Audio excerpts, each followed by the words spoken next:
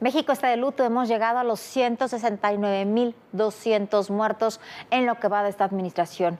Muy probablemente al ritmo actual llegaremos a los 200.000 asesinados cuando el presidente López Obrador concluya su sexenio el próximo 1 de octubre. Mire usted, este número de asesinados es un 45% superior al que tuvo Enrique Peña Nieto y un 83% mayor al del sexenio de Felipe Calderón, al tiempo que según la última encuesta del INEGI en septiembre pasado, el mes pasado, el 67.4% de las mujeres y un 54% de los hombres consideraron que es inseguro vivir en su ciudad. Solamente esa diferencia entre la percepción de inseguridad de las mujeres y de los hombres tendría que hacernos ver qué es lo que está pasando en la seguridad del país. Este fin de semana hubo 220 muertos y hoy atacaron, la mañana de este lunes, al hermano del presidente municipal de Tacámbaro, y en Coyuca de Benítez, en Guerrero, fue asesinado junto con otros 14 policías el secretario de Seguridad.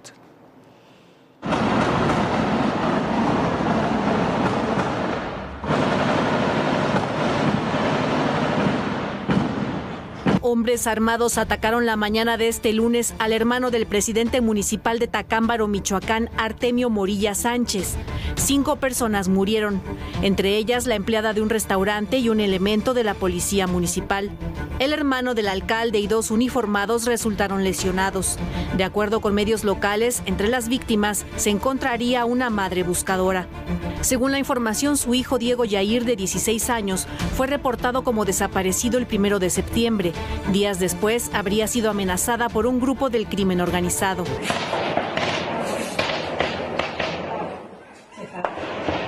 En Coyuca de Benítez, Guerrero, fue asesinado el secretario de Seguridad, Alfredo Alonso López, el director de la policía, Honorio Salinas, y al menos 9 agentes de la corporación.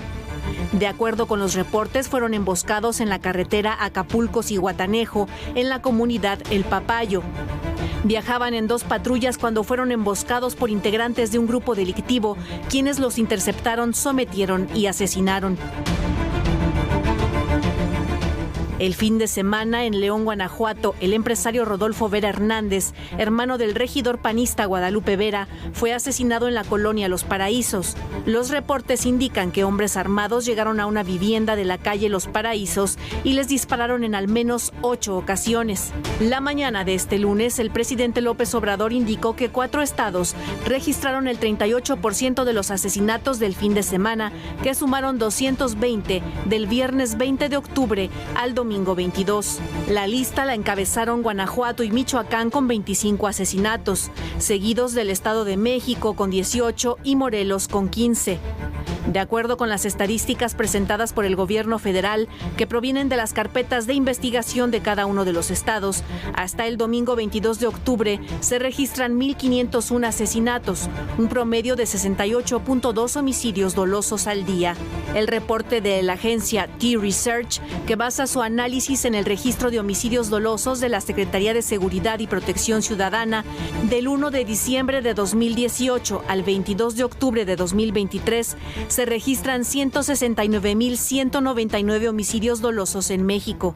Esta violencia sin control ha provocado que la mayoría de los mexicanos se sientan inseguros. Las agresiones, robos y asaltos son una constante en todos los rincones del país. De acuerdo con la encuesta nacional de seguridad pública urbana elaborada por el INEGI, el 61.4% de la población de 18 años y más consideró que es inseguro vivir en su ciudad. Las mujeres siguen siendo las más vulnerables ante la inseguridad.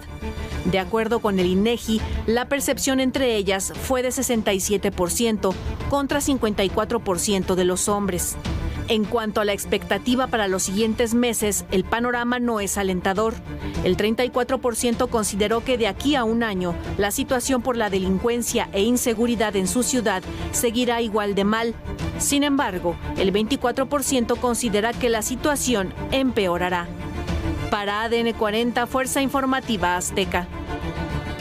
Bueno, lo platicábamos hace unos minutos en la mesa de República MX y realmente no hay ninguna razón para ser optimistas. Ninguno de los argumentos que se utilizan para ser optimistas respecto a la estrategia de seguridad son válidos. El número de asesinatos sigue siendo tan alto como era en 2018.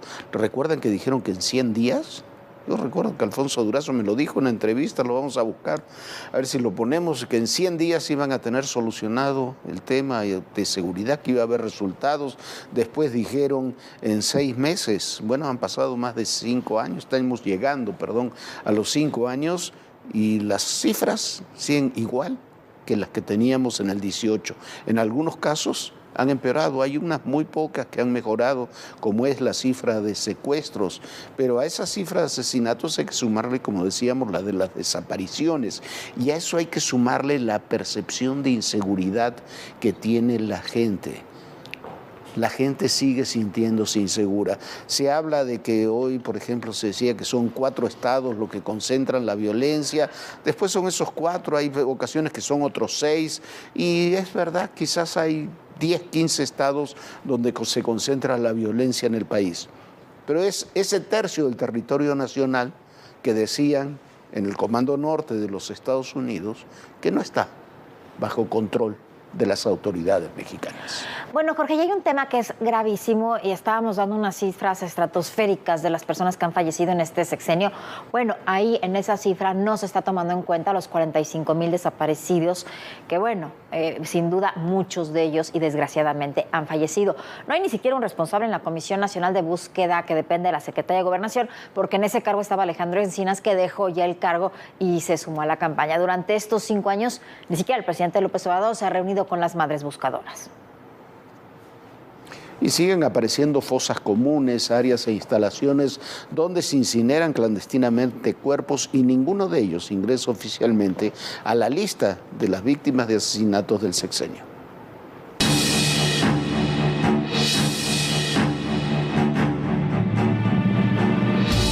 César Martínez Santa Cruz y su esposa Rosa Adriana Ruelas Medina viajaron de la Ciudad de México a Guadalajara para celebrar un aniversario.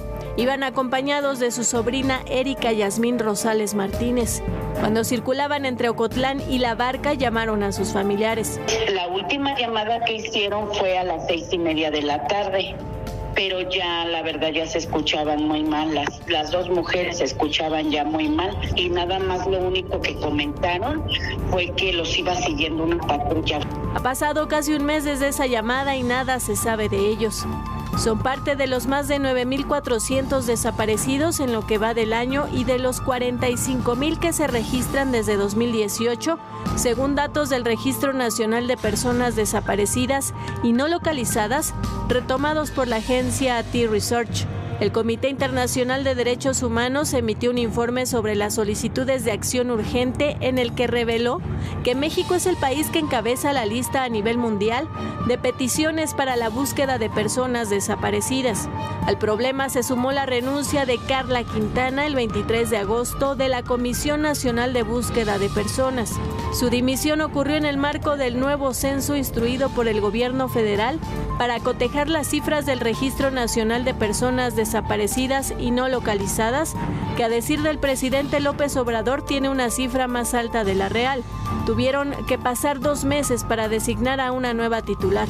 Este lunes la secretaria de Gobernación Luisa María Alcalde dio a conocer que Teresa Reyes Sahagún será la titular de la Comisión Nacional de Búsqueda. De inmediato, organismos criticaron la decisión, ya que Reyes Sahagún no cuenta con experiencia en el área de búsqueda de personas, ni tampoco tiene conocimientos en ciencias forenses o investigación criminal. El perfil de la convocatoria establecía que entre los requisitos, los aspirantes debían tener 2 años de experiencia relacionados con el cargo. Mientras tanto, colectivos de madres buscadoras insisten en ser atendidos por el gobierno federal para que los apoyen los trabajos para localizar a sus seres queridos. El presidente López Obrador ha mencionado que platica con las madres en sus giras y que no las recibe en Palacio Nacional para evitar que se haga politiquería del tema. Le juro que lo último que queremos es que se use la ausencia de nuestros desaparecidos para fines poco dignos. Usted conoce la tierra, pero de lo que no lo que hay debajo de ella. En el país son miles los lugares que son utilizados como fosas clandestinas. Uno de ellos es conocido como el Barrancón. Se encuentra en la colonia Artesanos de San Pedro Tlaquepaque, Jalisco. Se trata de un lugar donde avientan todo tipo de desechos sólidos, localizan cuerpos, asesinan y ahora hasta realizan inhumaciones en hornos. Años atrás localizaron en la zona un pozolero, lugar donde disolvían a personas en ácido. Luego de reportes anónimos, el colectivo Madres Buscadoras de Jalisco acudió al lugar. Nos encontramos con algo muy feo, ¿no? Los mentados hornos o le llaman también crematorios. Y lamentablemente pues el descubrimiento que se hizo son bastantes, no se imagina la cantidad de restos de óseos, o sea, ya calcinados, incluso está prendido todavía el horno. En julio de 2022 el colectivo localizó 3 cuerpos durante una jornada de búsqueda. Desde esa fecha la zona continúa sin vigilancia ni seguridad, por lo que se siguen cometiendo actos ilícitos en el lugar. Hay que ponerle un nombre, un rostro. ¡Te vamos a encontrar! ¡Te vamos a encontrar! Y que vienen todas las demandas internacionales. Una ciudad tan complicada como es la Ciudad de México.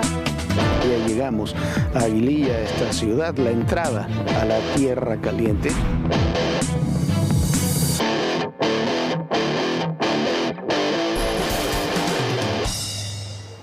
Y ayer fue la cumbre de países expulsores de migrantes convocada en Palenque y como era previsible no pasó nada. Ninguno de esos países, ni tampoco México, se han hecho responsables de su propia realidad y todo terminó nuevamente con demandas a Estados Unidos para que Estados Unidos les dé mayores apoyos. El objetivo era discutir las causas del problema migratorio en la región. La sede fue Chiapas, uno de los estados más afectados por la migración de millones de personas.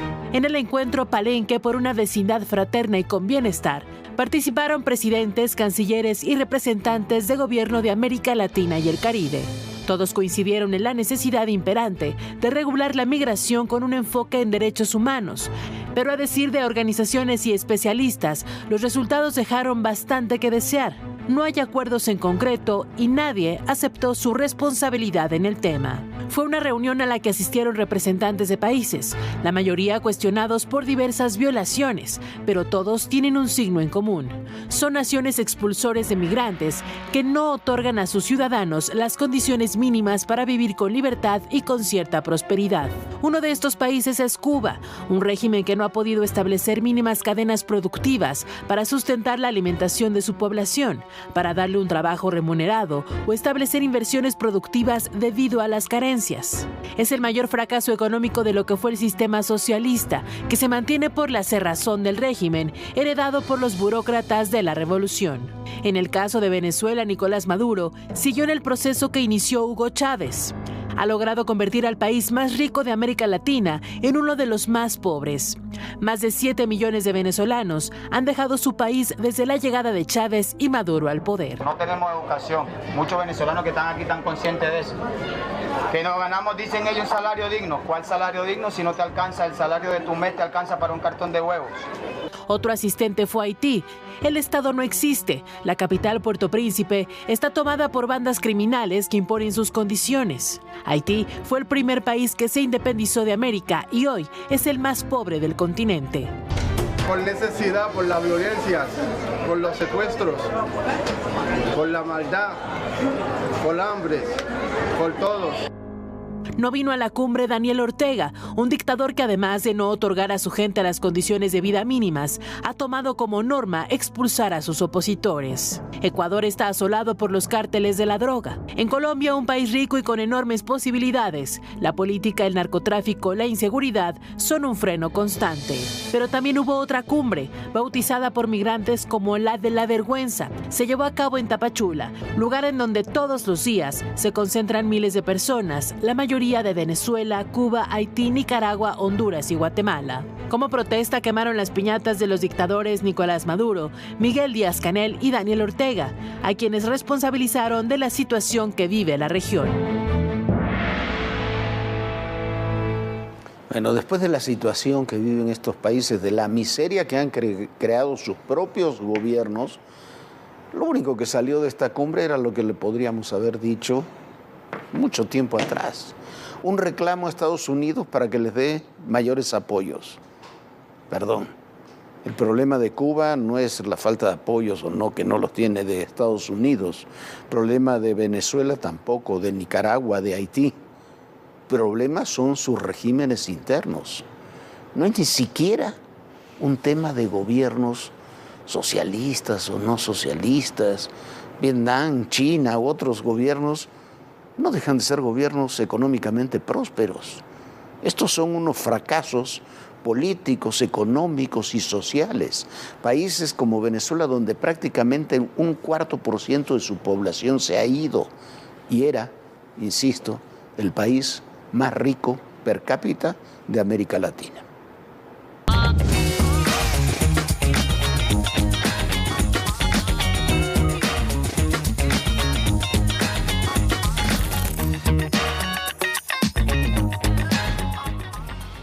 Cambiado ni una coma. Se aprobó en diputados el presupuesto para el año próximo con un incremento sin antecedentes de la deuda del país, nada más y nada menos que 2 billones de pesos, o sea, 2 millones de pesos, un 36% de aumento de la deuda del último año de gobierno.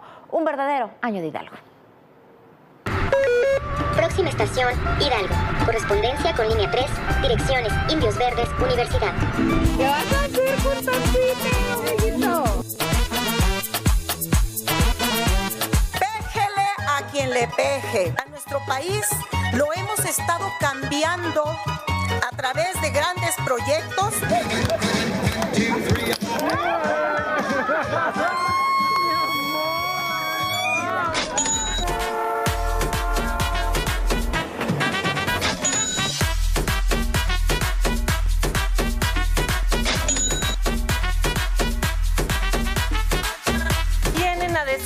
Los compañeros de la mayoría que son toda bondad, porque ¿qué creen?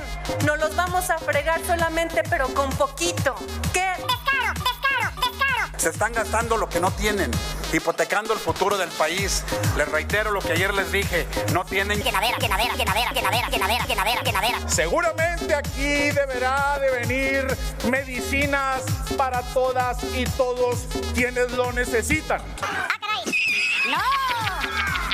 Seguramente vendrán patrullas. ¡Ah, caray!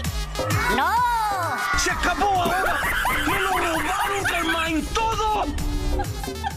Bueno, la verdad, este gobierno se había caracterizado por ser cuidadoso con ciertos aspectos de las finanzas públicas. Se lo podría criticar en muchos ámbitos, pero en eso habían sido relativamente cuidadosos. Para este 2024, el aumento de la deuda es brutal, 38%, 2 billones de pesos. La deuda pública por cada mexicano, la suya, mía, de todos, equivale a 126,818 pesos.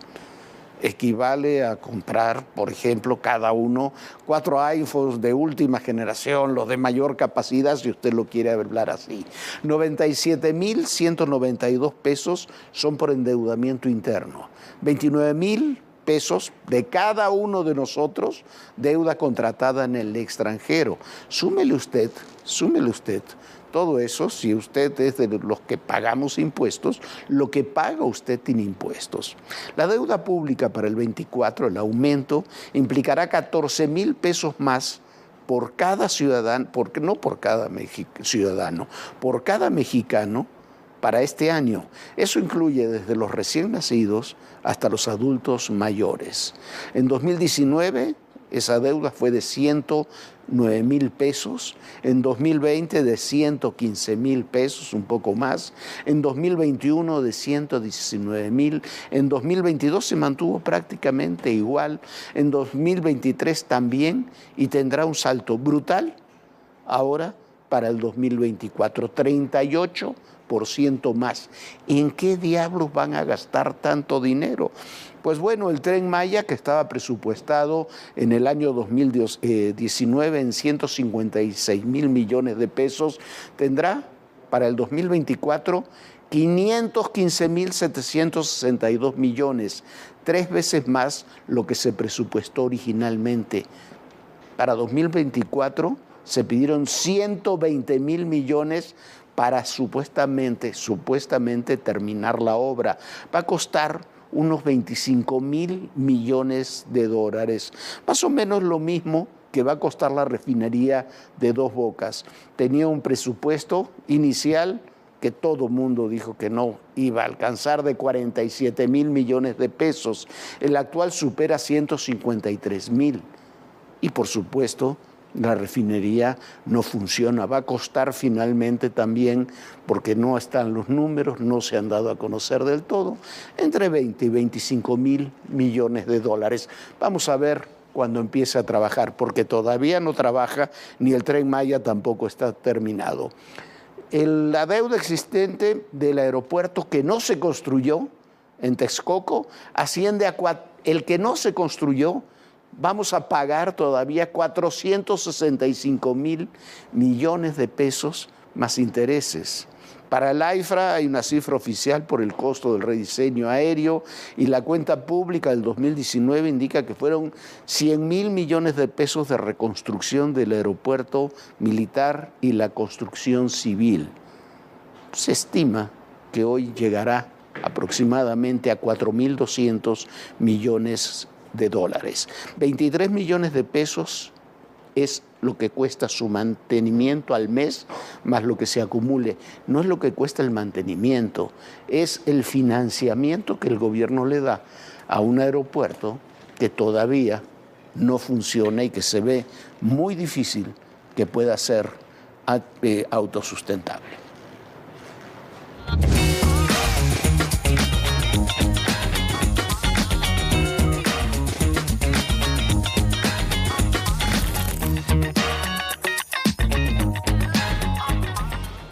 Sorpresivamente, el candidato oficialista, Sergio Massa, ganó la primera vuelta de las elecciones de Argentina. Obtuvo un 37% de los votos contra poco más del 30% que obtuvo el ultraderechista Javier Milei.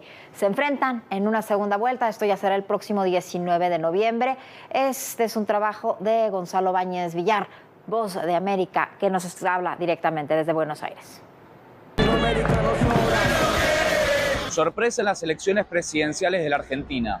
El candidato oficialista del peronismo, Sergio Massa, fue el más votado, aunque no le alcanzó para ganar en la primera vuelta, y así, el 19 de noviembre, se enfrentará en un balotaje contra el economista ultraliberal Javier Milei, quien en las encuestas previas era el candidato favorito de la elección. Sergio Massa es el actual ministro de Economía de un país sumido en una profunda crisis económica y una inflación interanual que llega a casi el 140%. Por lo que sabe que debe tejer alianzas para afianzar el voto que le dieron los electores ayer domingo. Voy a convocar a un gobierno de unidad nacional el 10 de diciembre como presidente. Por su parte, en un tono mucho menos combativo al que suele tener, el ultraliberal Javier Milei le tendió la mano a la oposición y le pidió su apoyo para enfrentar al candidato del actual gobierno. Podemos evitar que nuestros chicos se vayan del país. Si trabajamos juntos, podemos terminar con la corrupción. Si trabajamos juntos, podemos terminar con los privilegios de la casta política. La gran derrota de la jornada fue Patricia Bullrich, referente de la centroderecha argentina, quien quedó tercera y ahora jugará un rol clave por su caudal de votos. La causa va más allá de un momento electoral y va más allá de un momento de derrota. De ahora en adelante se abre un nuevo escenario electoral donde los dos candidatos se disputarán los votos de aquellos que quedaron fuera de la contienda. Gonzalo Báñez Villar, Voz de América, Buenos Aires, Argentina. Bueno, este es uno de los procesos políticos, lo decíamos el viernes y lo confirmó el resultado de la primera vuelta electoral, más fascinantes que vamos a ver en la actualidad en América Latina por la cantidad de elementos que se conjuntan. Decía nuestro corresponsal de La Voz de las Américas, porque así se califica él, que calificaba a Javier Milei como ultraliberal. En realidad no es un ultraliberal, es un ultraderechista derechista, que son cosas muy diferentes. Las propuestas de Javier Milei son bastante intransitables en muchos ámbitos. El discurso es atractivo, como muchos de estos populistas, narcisistas que pululan por el mundo. Lo que sucede que es impracticable en muchos sentidos. Por ejemplo, su propuesta base es la dolarización del país, o sea, que se transforme toda la economía, pase de pesos argentinos a dólares. El único problema es que Argentina tiene, las reservas de Argentina son negativas en 8.000 millones de dólares. No quiere decir que tiene 8.000 millones de dólares, sino que debe 8.000 millones de dólares de reservas. Sergio Massa es un desastre como secretario de Economía, pero ha provocado tanto temor Milei en algunos sectores.